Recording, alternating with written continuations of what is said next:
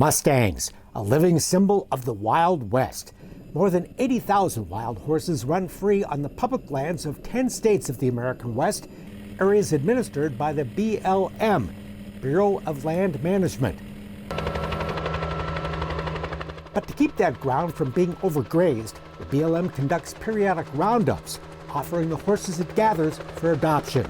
Fifth saddling and fourth ride. But turning a wild animal into a dependable and trusting saddle horse doesn't happen by magic. We just started working with him last week. And since 1998, Steve Mantle and the cowboys at Mantle Ranch have worked with the BLM to train wild horses and give them a good chance to be successfully adopted into good permanent homes.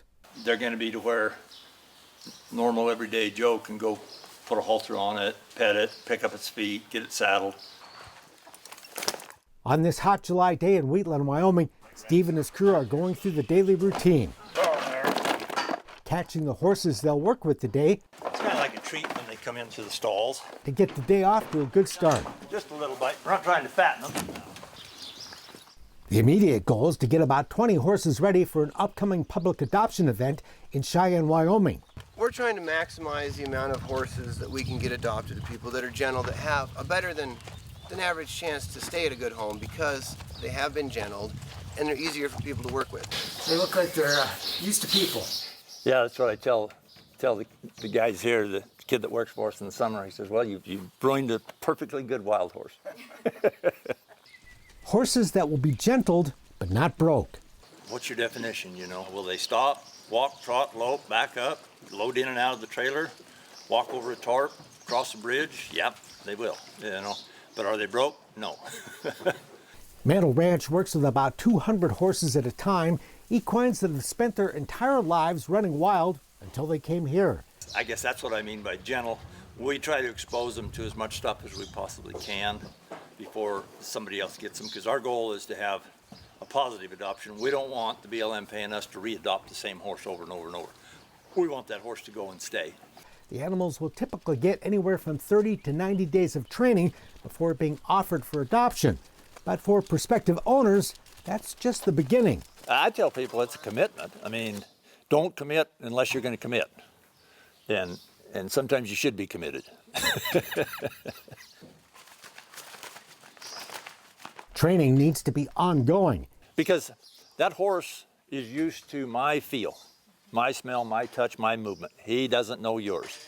And so it's going to take him 30 days to figure that out. And then the next 30 days, you start getting in sync.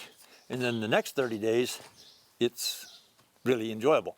If you have the knowledge base, but I tell people if they don't have it, for God's sakes, get some help. He's relaxing now. And while wild horses are in many ways identical to their domestic cousins, they do have one big difference. The only really difference is their sense of self-preservation. And their sense of self-preservation is like this, and the domestic horses is down here. All of them have it. This is teaching them that there's pressure on each end, and the relief of pressure is in the center. To transform that wild animal into the trusting friend of the human, Mantle Ranch uses what's known as natural horsemanship. Trainers apply pressure to the horse, not pain, and then immediately release that pressure when the horse properly responds. And you don't want to hurt him anyway. I mean, you want all of these actions by these horses to come from pressure, not pain. And when it comes from pain, they're not learning. We start them out working them around in the round pen, just sending them around in circles. And then usually when they figure out that if they face you, all the pressure stops. And so I just back away. And then they get to realize that the only safe place in this round pen is with me. So let's say, we'll just use my hat as a, so let's say the hat is the tarp and the horse is afraid of the tarp. So you bring the horse towards the tarp and then let it ride away. And then you turn it over here and you bring it back towards the tarp and you let it ride away. And then you take it out here and you put it to work. You trot some circles, maybe you lope a little bit, and then you offer the hat and do nothing. Pet the horse's neck. Pretty quick, they'll go right up to it because this is the only place in the corral that has no pressure. It takes time and patience, But you end up with a horse that does what you ask because he trusts you, instead of one that responds out of fear. My saddle horses, they were scared not to do what I asked them because I punished them if they didn't. I just didn't know any better. The old school way of breaking and bucking out horses that Steve grew up with at his family's horse ranch in Colorado. And so now I have like an old horse up here in the barn that he will do anything I ask because we're buddies. In fact, he does it better than the ones that were doing it out of fear. Try to handicap myself sometimes where I don't use my reins at all.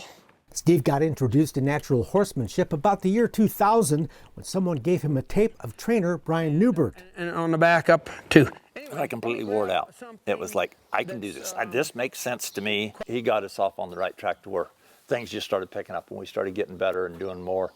And the real beauty of it is both my boys grew up with him, so they didn't have anything to unlearn. That's your grandson? Yeah. And even though he works with horses every day, Mantle is still learning. Oh, absolutely. Yeah.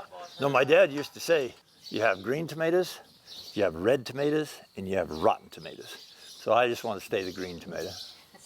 You got to try to put yourself in their position for a minute and think, if someone just puts a rope on you and starts tugging on you, we're trying to make it as easy as we can for them. And that's the hardest thing with training Mustangs is the communication between the person and trying to get the message they want to the Mustang in a way that the Mustang can understand it. Today, Steve's sons do much of the training along with hired hands. This will be his fourth ride. Taking their time to build trust with a wild horse He's just starting to figure things out. and teaching them there is nothing to fear. As soon as they figure out that you're not going to hurt them, they're pretty much just like any other broke horse. You have this language that they live by and they work with, and you just need to kind of immerse yourself in it. Mustangs do have their critics in the horse world, where many believe they can't compare with a well-bred American quarter horse. But Mantle says while they may never win the National Finals rodeo, the right Mustang with the right training can make a great partner. Oh, yeah. I rode one for 18 years. He's retired out here now. I took him to every demonstration event that I went to, every BLM event. I took him to all the neighbors' Brandons here in the spring and roped calves on him, and I used him for everything. He's been from Kalispell, Montana to Beaumont, Texas. And he was great. And that's what all these horses need. They need a friend who will make them part of the family. We'll get pictures and emails back from people on Messenger and things like that. I got this horse 5 years ago and I'm doing this, and this, and that's really cool. And the daily training and work at Mantle Ranch and similar outfits helps make that happen. Making people's dreams come true, huh? Yeah, some of them, yeah. Yep. Owning a little piece of the Wild West, that's really what these are.